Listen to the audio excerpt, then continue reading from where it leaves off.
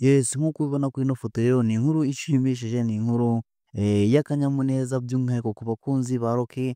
Nk'uko mubibona kuri iyi foto ni inkuru ishimishije rwose, wowe icyo usabwa nta kindi ni ukureba iyi video kugeza irangiye kugira ngo ubashe kuba wamenya byinshi cyane, kugira ngo ubashe kuba wamenya ibijya mbere by'umwihariko kuri uyu musore wacu, kuri uyu musore w'umunyarwanda Rocky Kimomo. Muramuzi cyane, ni icyamamare hano mu gihugu cyacu cy'u Rwanda bitewe n'uburyo agenda agaragara umunsi ku wundi, haba ku mbuga nkoranyambaga ndetse no mu bikorwa bigiye bitandukanye. Ndavuga mu bikorwa by'umwihariko yamenyekanyemo cyangwa se mu murimo we, aho agenda asobanura filime azitugezaho mu rurimi rw'ikinyarwanda. Ni ikintu dukunda turi benshi cyane, niyo mpamvu twagiye tumumenya, niyo mpamvu navuze ko yamamaye cyane, kuko akunzwe n'abantu batari bakeya. Yagiye yigarura imitima y'abantu bagiye batandukanye, by'umwihariko abanyarwanda twese muri rusange, bitewe n'uburyo akoramo uwo murimo we neza cyane, bityo bigatuma abantu benshi tumukunda cyane. Yes, twagiye tumubona muri filime nyinshi yagiye asobanura, ni nyinshi cyane, aho byatumye abantu benshi tumukunda. Noneho tumubona cyane cyane ku mbuga nkoranyambaga nka Instagram, TikTok, Facebook ndetse n'izindi, na YouTube wagenda ukamusacinga. Afite imbuga nkoranyambaga, afite channel yitwa Rocky Entertainment, ariho agenda akora n'ibintu byinshi bigiye bitandukanye. Ndavuga agenda akora ibyegeranyo bigiye bitandukanye, ndetse ikituzanye nk'uko mubibona ni inkuru ishimishije nk'uko twabibabwiye, kandi ni inkuru nanone igiye kwibanda ku nkuru imaze iminsi ivugwa. Ni inkuru imaze iminsi ivugwa, ndakeka ko niba ukunze gukoresha imbuga nkoranyambaga ari inkuru wagiye wumva ari inkuru ishaje mu matwi yawe. Rero ni inkuru aho byari biri kuvuga ko Rocky Kimomo yagiye muri Amerika, kandi koko ni inkuru ya nyayo. N'ubu tuvugana ni ahantu akiri. Ni ibintu byinshi rero byagiye bizamukira aho ngaho, ni ibintu byinshi byagiye bivugwa kuri uyu musore Rocky Kimomo. Tukwibutsa ko amazina ye nyakuri yahawe n'ababyeyi ari Mariko Uwizeyimana. Rero ni inkuru nyinshi ziri kugenda zimuvugwaho bitewe n'uburyo ari icyamamare nk'uko twabikubwiye, by'umwihariko nk'uko kandi tumaze kubikubwira, bishingiye byose ku nkuru y'uko yagiye mu gihugu cy'Amerika, ni hanze y'u Rwanda kure kure cyane. Rero ni ibintu byinshi nanone byari biri kugenda bivugwa, aho we ubwe yari yiziye kuri YouTube atanga itangazo avuga ko YouTube channel ye twamufollowingagaho cyangwa se twamukurikiranagaho atazajya ayikoresha cyane, ahubwo hari indi YouTube channel nshya yari yafunguje, asaba ko twagenda tukamuha subscribe kuri iyo YouTube channel, kariho agiye kuzajya acisha ibiganiro byinshi cyane, bityo tukagenda tukamuha subscribe kugira ngo tujye tubana nawe umunsi ku wundi. Rero twihuse n'inkuru ituzanye nyuma y'aho rero yuko ibyo byose bibaye yagiye muri Amerika, aho abantu bagiye bavuga ko yagiye muri Amerika kurekarama ibyerekeranye na channel ye na YouTube channel ye, bivuga ko yari yataminatinze, yahanaguwe, cyangwa se kuba iba yatse monetization ko itari gukora neza. Ibyo byose byerekeranye n'ibyo ngibyo byari byavuzwe ko, cyangwa se abantu bagiye bavuga ko yari yagiye muri Amerika muri ibyo byose kugira ngo abashe kuba yakemura, cyangwa se abashe kuba yarekarama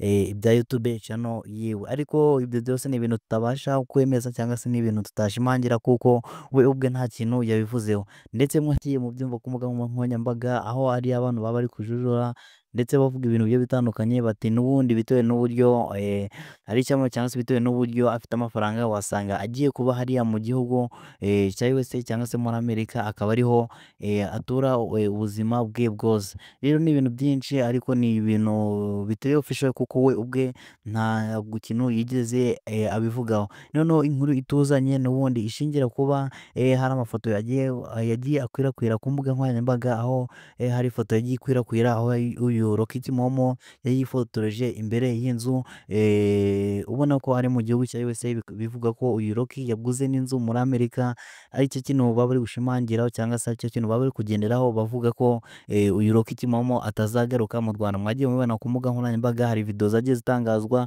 zivuga ko Rocky yasezeye ku banyarwanda, ko yaguze n'inzu muri Amerika, ko atazagaruka hano mu gihugu cy'u Rwanda. Ibyo byose rero ni inkuru yagiye ikwirakwira, ariko nanone inkuru tukuzaniye ni inkuru ishimishije nk'uko wabibonye, cyangwa se nk'uko uri kubyumva, aho Rocky Kimomo n'ubundi ari ifoto ye yakwirakwiye, cyangwa se ari ifoto ye twabonye ari kumwe n'umukobwa udasanzwe. Ni umukobwa navuga ko adasanzwe, kuko bitewe n'uburyo atari umunyarwanda, ni umukobwa w'umunyamerikakazi, ni umuzungu, ari nacyo kintu cyaje kuba cyatungura abantu benshi cyane, ari nacyo kintu cyagiye gishimisha abantu, abakunzi be, by'umwihariko hano mu Rwanda. Murabizi ko hari abantu benshi cyane, hari abasore b'ibyamamare badafite ingo cyangwa se batubatse badafite abagore, bityo rero abantu bagiye batera comment zigiye zitandukanye bavuga ko Rocky we avuye muri abo ngabo, ko we avanyemo ake karenge ko abonye umukunzi we.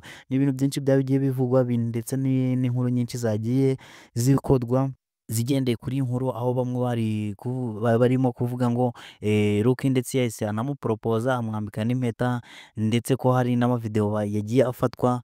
Ntabwo ari ibintu twakwemeza nibiza kuba ari ibintu byari biri official, niba ari ibintu bya nyabyo muri buze kuba mwabibona hano kuri uyu muyoboro wacu wa YouTube. Rero iyo ni inkuru wumva ko ishimishije, aba ari ikintu cya nyacyo, ntabwo twamwifuriza kuguma hano mu gihugu cy'u Rwanda. Niba abifitiye ubushobozi yagenda akaba hari mu gihugu cya Amerika, kuko ni ahantu heza cyane, ni ahantu heza cyane, kuko Amerika murabizi nicyo gihugu cya mbere kuri isi y'Imana.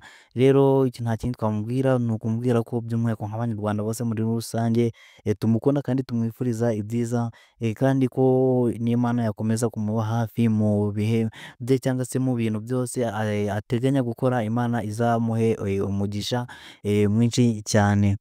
Kandi rero nta kindi twakubwira wowe udahwema kudukurikirana gatanu kandi kuri umuyoboro wacu wa YouTube, ni ukukubwira ngo ukande subscribe kugira ngo utazajya ucikwa n'amakuru agiye atandukanye tugenda tubacishirizaho, n'amakuru tugenda tubabwira dukora ku mbuga nkoranyambaga, by'umwihariko dukora ku binyamakuru bikorera no mu Rwanda. Ndavuga ibinyamakuru bisohora inkuru mu buryo bwanditswe, ndavuga nka Mama Rwa Gasabo, Kigali Today, Igihe.com ndetse n'ibindi byinshi bisohora inkuru mu buryo bwanditswe. Niyo mpamvu natwe dukora uko dushoboye kose kugira ngo izo nkuru zose tuzibagezeho mu buryo bw'amashusho cyangwa se mu buryo bwa video. Rero igihe wakanda subscribe uzaba urishyura neza ko utazigera ucikwa n'inkuru ziba zivugwa hirya no hino, haba hano mu gihugu cyacu cy'u Rwanda ndetse no hanze y'u Rwanda mu mahanga, ndavuga ibwota amasimbi. Rero nta kindi twakubwira ibyo kuvuga ngo ukomeze kugira ibihe byiza udahwema kudukurikira gatanu ku kandi. Ciao ciao.